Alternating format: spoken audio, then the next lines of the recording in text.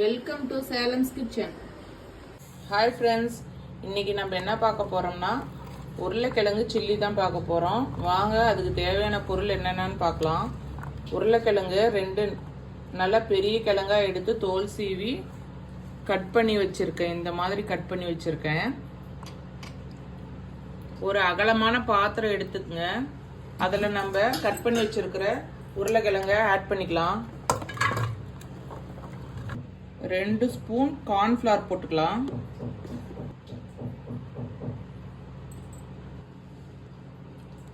ரெண்டு ஸ்பூன் அரிசி மாவு சேர்த்துக்கலாம்.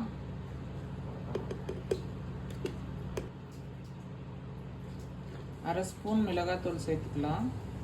இது உங்களுக்கு காரத்துக்கு ஏற்ப சேர்த்துக்கோங்க. கடலை மாவு 2 ஸ்பூன் சேர்த்துக்கலாம். உப்பு தேவைக்கேற்ப ஆட் பண்ணிக்கோங்க. இஞ்சி பூண்டு பேஸ்ட் 1 ஸ்பூன் சேர்த்துக்கோங்க.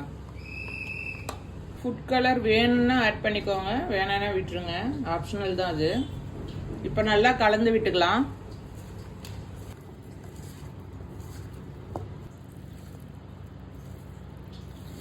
இப்போ நல்லா கலந்து விட்டாச்சு.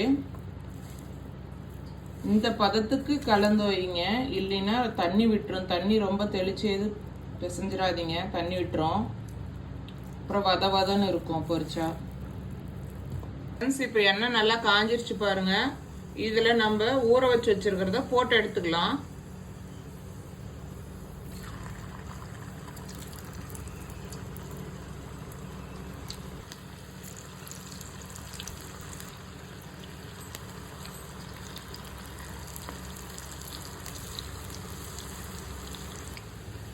ஒன்னொன்னா போடுங்க, தனித்தனியா போடுங்க.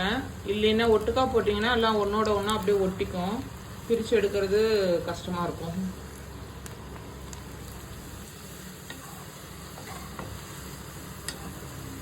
இது அப்பப்ப கிளறி விடுங்க, தனித்தனியா பிரிச்சு விடுங்க ஒட்டி இருந்ததுன்னா.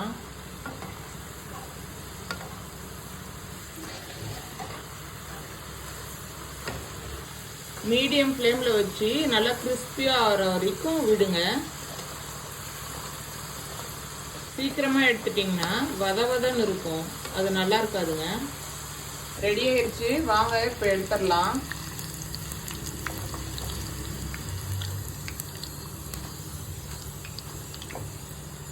பிளேட்டுக்கு மாத்திக்கலாம். கிறிஸ்பியான பொட்டேட்டோ சில்லி ரெடி ஆயிடுச்சு. இதை நீங்க வீட்டில் செஞ்சு பார்த்துட்டு எப்படி இருக்குன்னு கமெண்ட் பண்ணுங்க. வாங்க இன்னொரு வீடியோல பார்க்கலாம். லைக் பண்ணுங்க, ஷேர் பண்ணுங்க, சப்ஸ்கிரைப் பண்ணுங்க, மறக்காம கமெண்ட் பண்ணுங்க.